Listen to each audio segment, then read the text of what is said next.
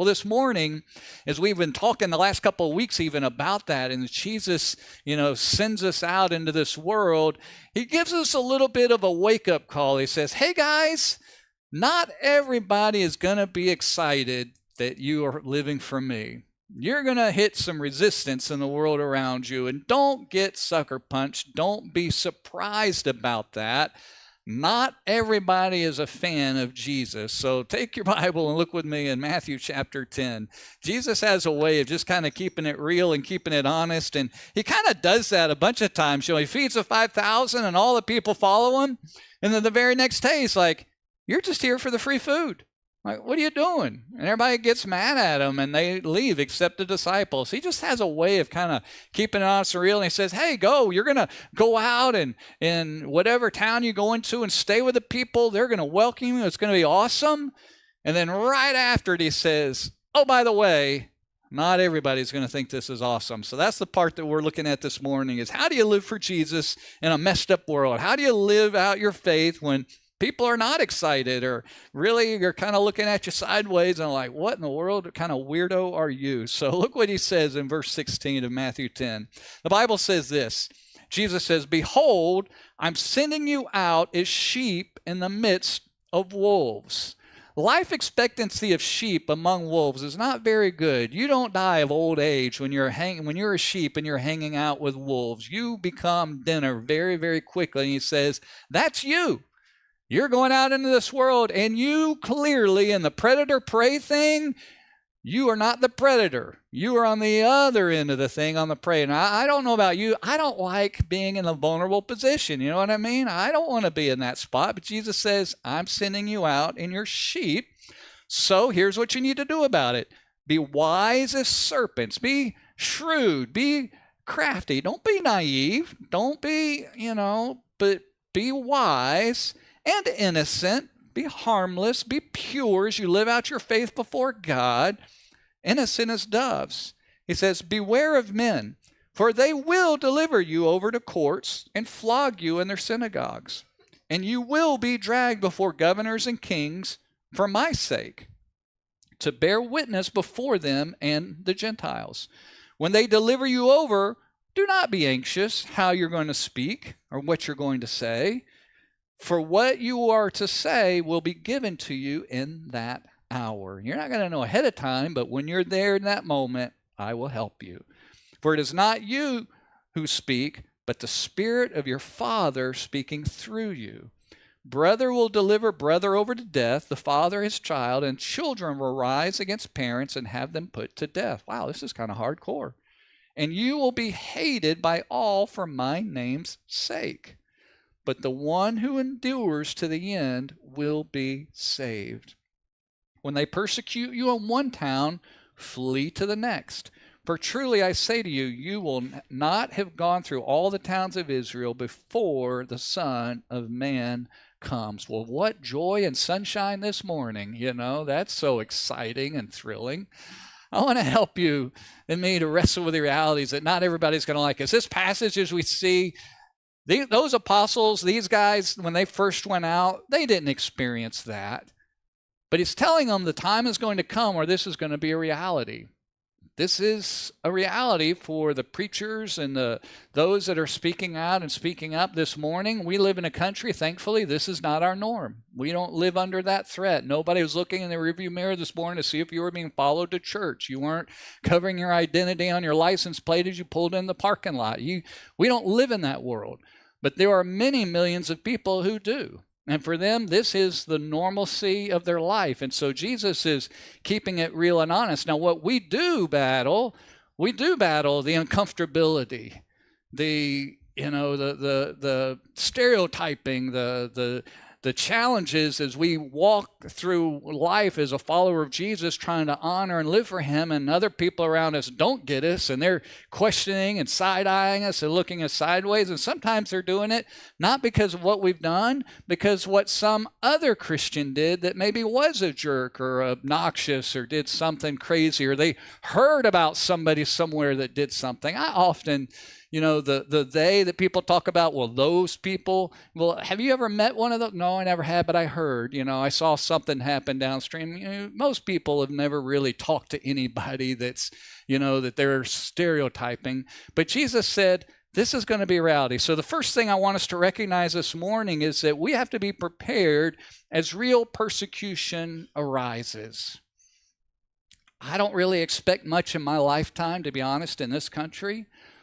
My kids, I think, might. My grandkids, and I think especially my great-grandkids. It will continue to increase. And Jesus said, don't be foolish. Be wise in that and be prepared. All the more reason for us to teach our faith to our children and our grandchildren and help them to put down roots in Jesus Christ and to really have a solid and strong foundation, because he says that time is coming, and when you do, you need to be wise. Remember the story of the three little pigs? Is Three Little Pigs like on the accepted kids reading list anymore, or is it bad? I don't know. Everything changes, so I don't know. Sean, they like boil the wolf in the pot of oil and all that. I don't know. But, there were three little pigs, and one went and made his house of straw, and the other one of sticks, and the other one dried of bricks. Well, one of the three was wise, was shrewd, was careful. That pig knew the world was dangerous and it needed to be careful and do everything it could to be safe. Well, the first two just wanted to play and go have fun. I mean, there's some real lessons of life in there for sure. And what Jesus is saying is make sure you're like that pig that's making a house of bricks. Don't be naive as you go through life. Don't be foolish. Like, these things are real. Don't be conspiracy theorists. Don't be, into the world, putting up compounds and walls around yourself and, that kind of thing. But live for Jesus, but be wise. We live in a world where there is resistance against the things of God, and that is just going to be a normal reality. But along the way, as a church, we need to be careful about how we think about these things. Because Jesus is saying, this is going to happen before me. You're going to be living before me. There's a purpose to this. You're this because you're going to be my testimony, my witness in front of Gentiles, in front of kings and rulers. In other words, without this persecution, those people would never have a chance to hear the gospel. Like, there's a purpose in this. You and I need to realize as we live, and maybe we feel a little self-conscious about, maybe there's just a way we live our lives a little bit different. Maybe, the crew at work is headed out on a Friday night and, everybody's going to get drunk or whatever. And you're like, well, I don't want to be a part of that. And then along the way, they're like, well, what's wrong with you? Do you not like to have fun? What's wrong with us? Are you too good to be with us? And you having to start navigating and having all those kinds of conversations. It's difficult. It's a challenge. And if we're not careful, we can be sheepish in that. But what Jesus is saying is, guys, the world's going to notice a difference about you. You can't help it. You're living for me. You're following a whole different code. You're following a different life of what I've put inside of you. You're going to bump into some things along the way, but as you do, that uncomfortability and that weirdness is there for a reason, because it's going to give you an opportunity to share your faith. And make sure for us that it is your faith that you're sharing and not something else. It's easy for churches, if we're not careful in the U.S., to feel like we are ostracized or being picked on when we're not.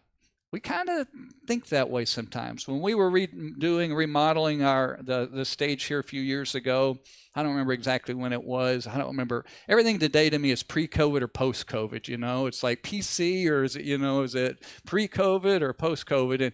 And when we were doing it, we had to get, permits from towns. I'm looking at the walls and things because we redid this here.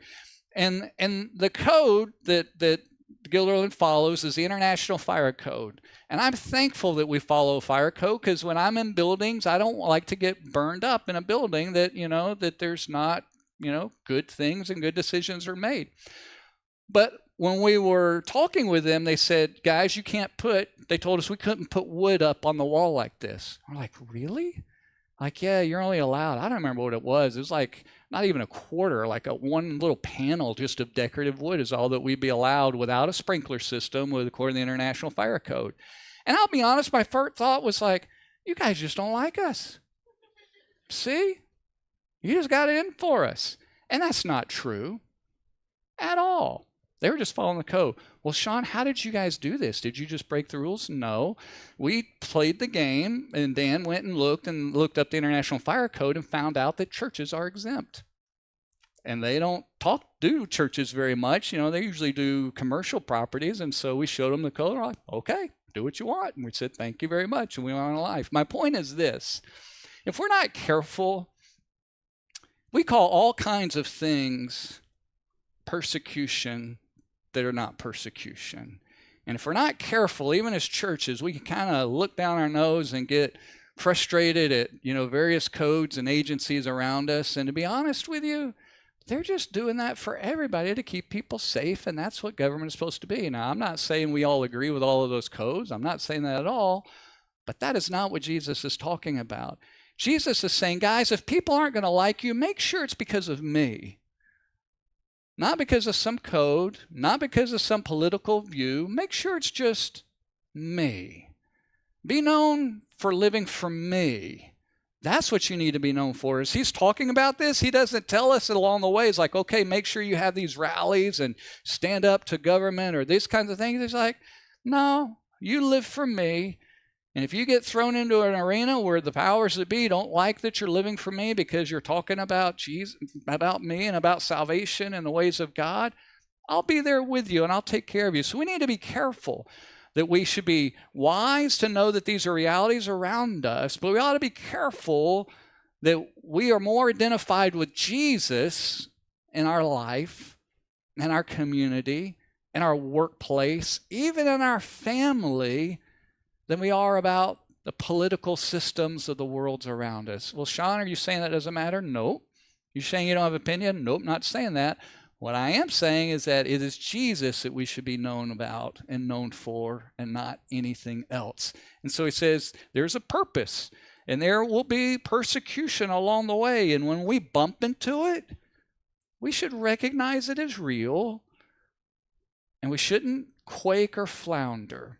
And instead, what he says is recognize that they persecuted me, and so they're kind of going to do the same thing to you as well. Look what he says in verse 24. He says this. He says, a disciple is not above his teacher, nor a servant above his master. It's enough for the disciple to be like his teacher, right? If the teacher's leading out, then those that come behind are going to be doing the same things. And if they don't like the teacher, they're not going to like you.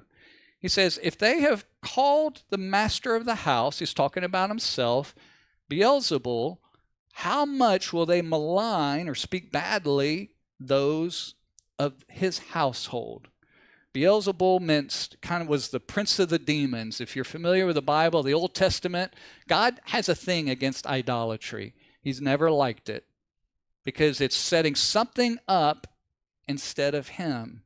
It's putting our faith, our trust, our hope, our worship, our value, deity on something other than him. And anytime we do that on anything other than him, it's called idolatry. And in the Old Testament, there was a famous one that was either Baal or Baal, however you've heard it, B-A-A-L.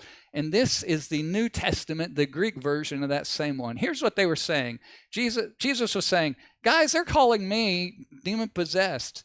They're saying that I'm the demon, I'm the idol, the God, and that's why I'm casting out demons. That's what he said in chapter 9. They accused him of removing demons because he was the prince of demons. And if they said that about me, what do you think they're going to say about you?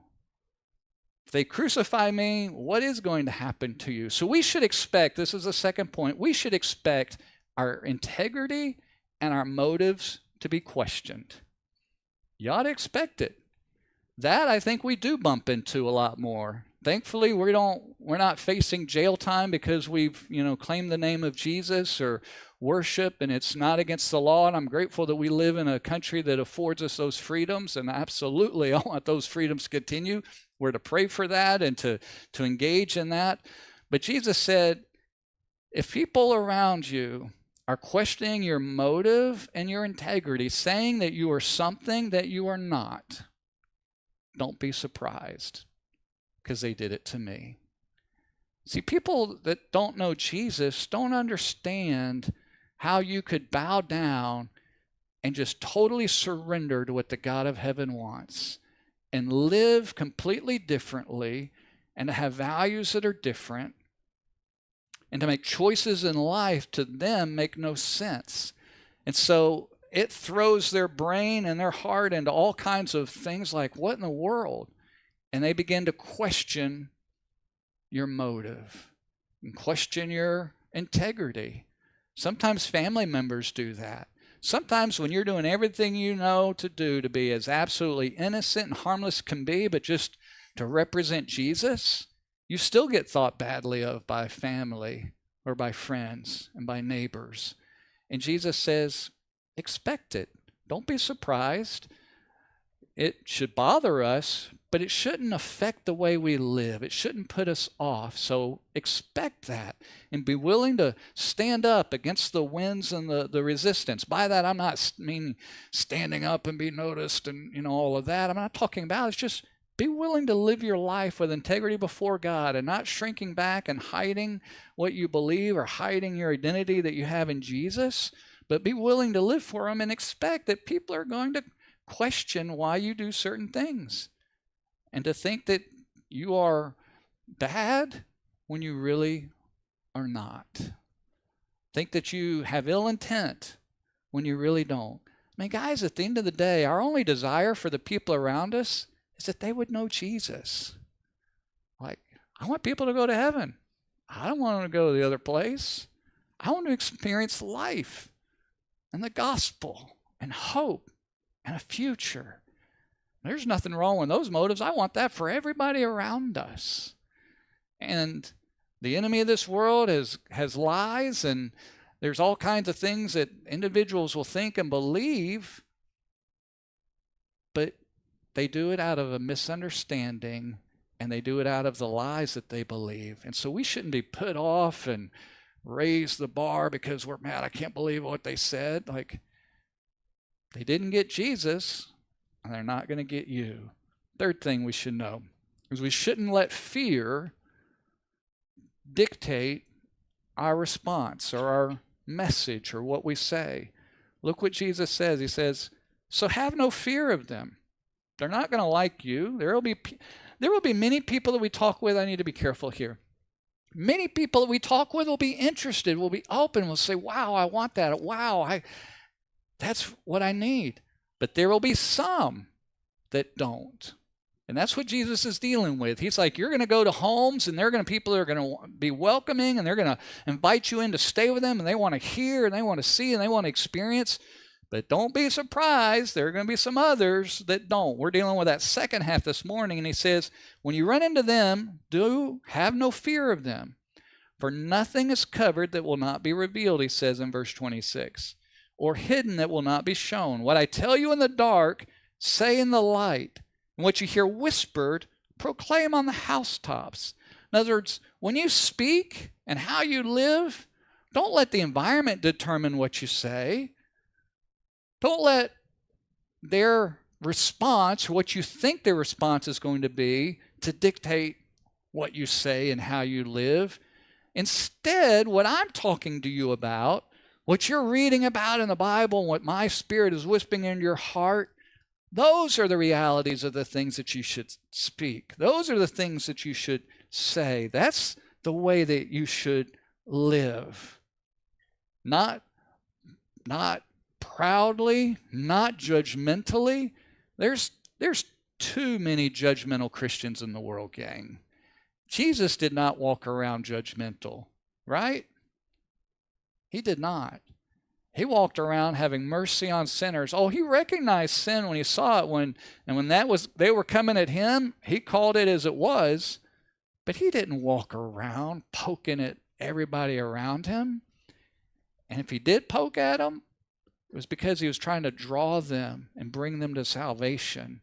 That's the posture that we should have, and not one of fear, not one of that cringes and hides, but instead one that just walks with a security that we have in Jesus.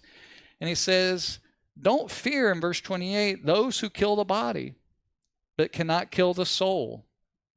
Rather, fear him who can destroy both soul and body in hell. How do you avoid being afraid?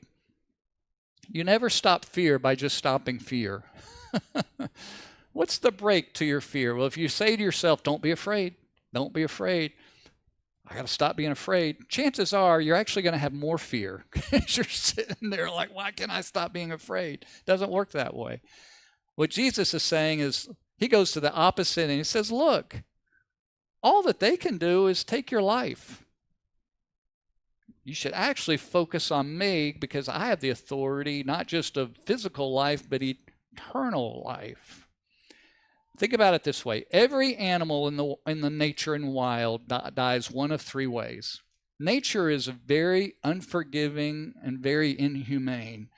You either die of old age, which almost never, ever, ever happens, disease, or something eats you. It's kind of the way it happens. Or you get hit by a car, just traumatic. Either way, it's really kind of a rough way to go. I love nature shows and all of that, but it's a little rough when you watch the lions take down and they're eating the heart out of something while it's still alive and kicking. It's just kind of the way they roll. Eagles are amazing. They take the fish, it's still flopping alive, and they just start eating it while it's still not quite dead yet. They don't try to do anything. Sean, this is really bad. Well, Jesus brought it up. I didn't. He's talking about death. How will you and I die? We're biological. We're more than just physical. We're spiritual beings. We're going to die of old age, disease, friendly predators, car crashes. Maybe there's a persecution thing or whatever. We don't anything different. What Jesus is saying to us is, gang, we're all going to face this reality of life. Don't allow that reality to cause the people to be threatening you, to cause you fear. This is a normal part of experience of life. Instead, what he says, he goes beyond that. He's like, look to me. I'm the one in charge of all this. He says, are not 2 sparrows sold for a penny? And not one of them will fall to the ground apart from your Father. He's like, guys, nobody's going to die separated from my care and watching over their life. Not one. One sparrow's not even worth half a penny, and I'm watching over them, and I'm going to watch over you. Even the hairs of your head, in verse 30, he says, are numbered. Therefore, fear not, therefore, you are of more value than many sparrows. So he says, guys, take that reality in and trust me. If you're afraid of what people are going to think, what they're going to say about you, the way you're going to feel and all of that, don't. We didn't start tallying likes. You know how on social media you can do a little like or not, whether it's, Instagram or whatever, all of those things. The internet didn't make that possible. We've been doing that as people for years. Oh, that person doesn't like me. Oh, I want to make sure that all of these people like me. I want to get as many of these people because I don't want to be thought badly of. We've been walking around doing that as people for thousands of years.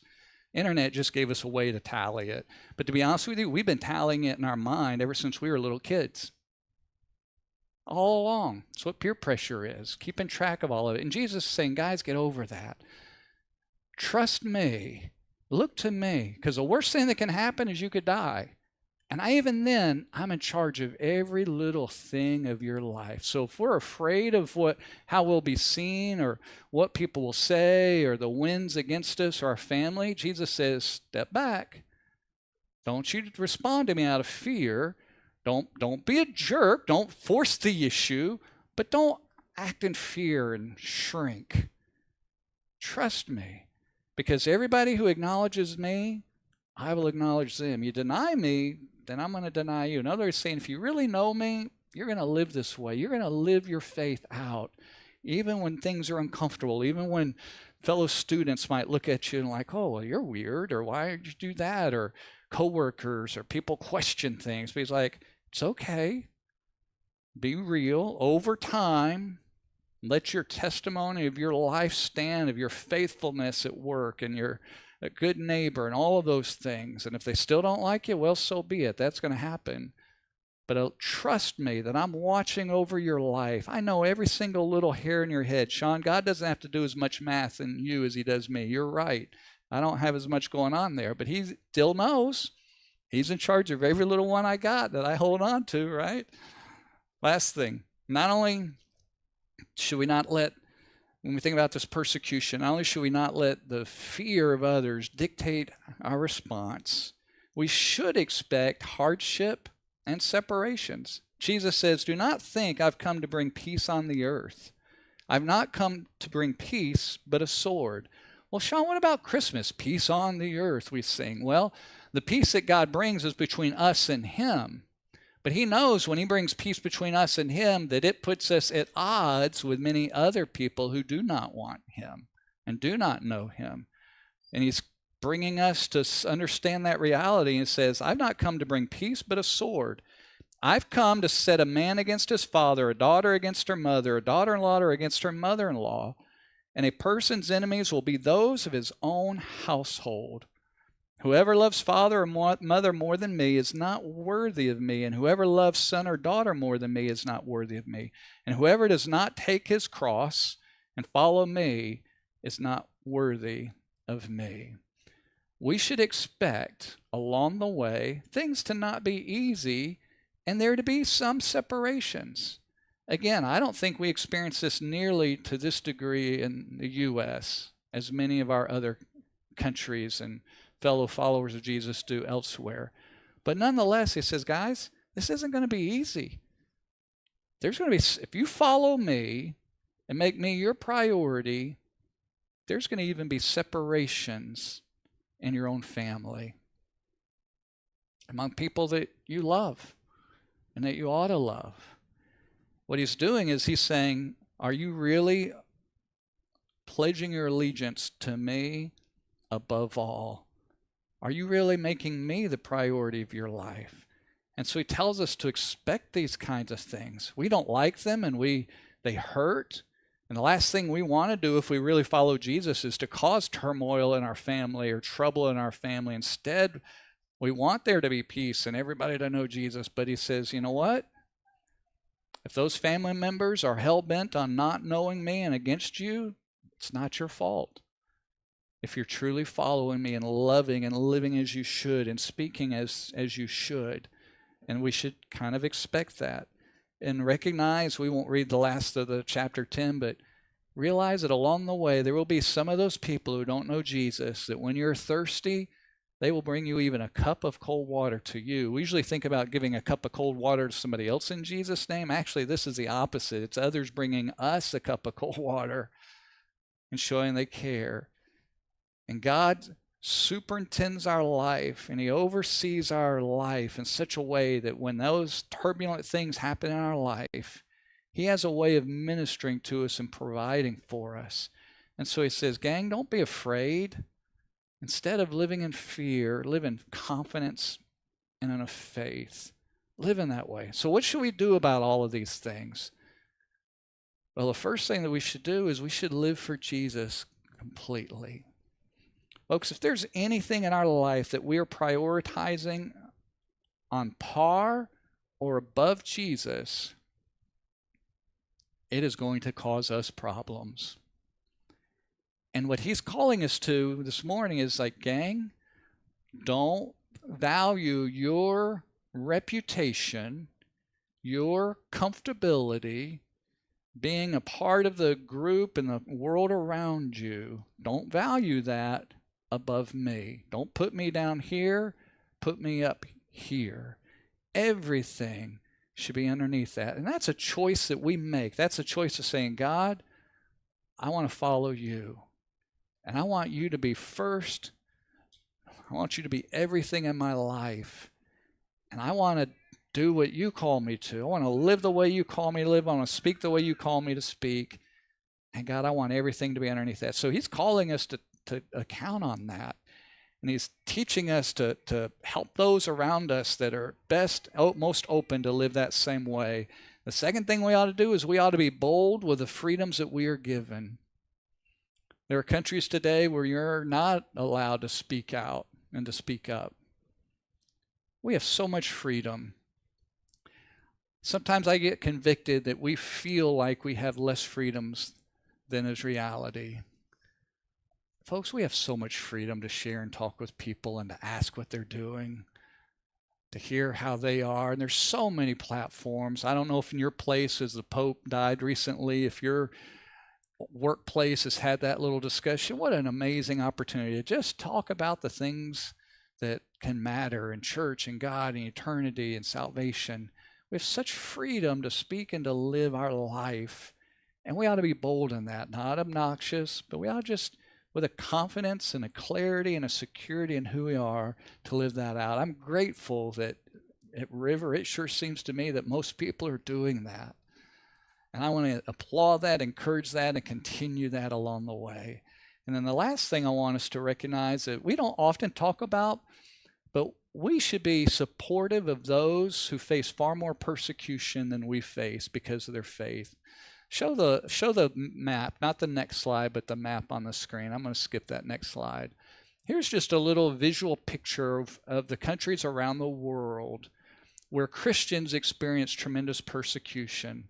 Orange is bad, red is even worse. Orange is where Christians are highly persecuted for their faith, where either churches are illegal, that you're at risk of being arrested, thrown in jail, all kinds of things. The red and some of the orange are at risk of being put to death, but the red is extreme. The most populous countries in the world are China and India. See number 11 there, the little Indian subcontinent? That's the most populous country in the world. China is number 15. Those two are the most popular, has the highest population. By the way, what's number 3 in the world? Do you know? U.S. We're the 3rd most populous country in the world. I don't know if you knew that or not. Number 4 is Indonesia. Number 5 is Pakistan. We should be supportive of all of them. I'm grateful that through our church and through our missions givings that we pool our resources with churches all around the country, that we support people who are ministering and serving and sharing the gospel and planting churches and helping in all of those nations. And when disasters hit in a lot of these countries, you think about earthquakes that happen, think about floods and tsunamis and all the things that happen. Those relief opportunities are huge because when Christians show up and care and love, it helps bring walls down even in those countries persecuted. So agencies like one you might have seen, we send these out sometimes, like Send Relief, tremendous relief agency. Samaritan's Purse is another good one. A lot of ones that are just phenomenal that are around the world, and we should support that.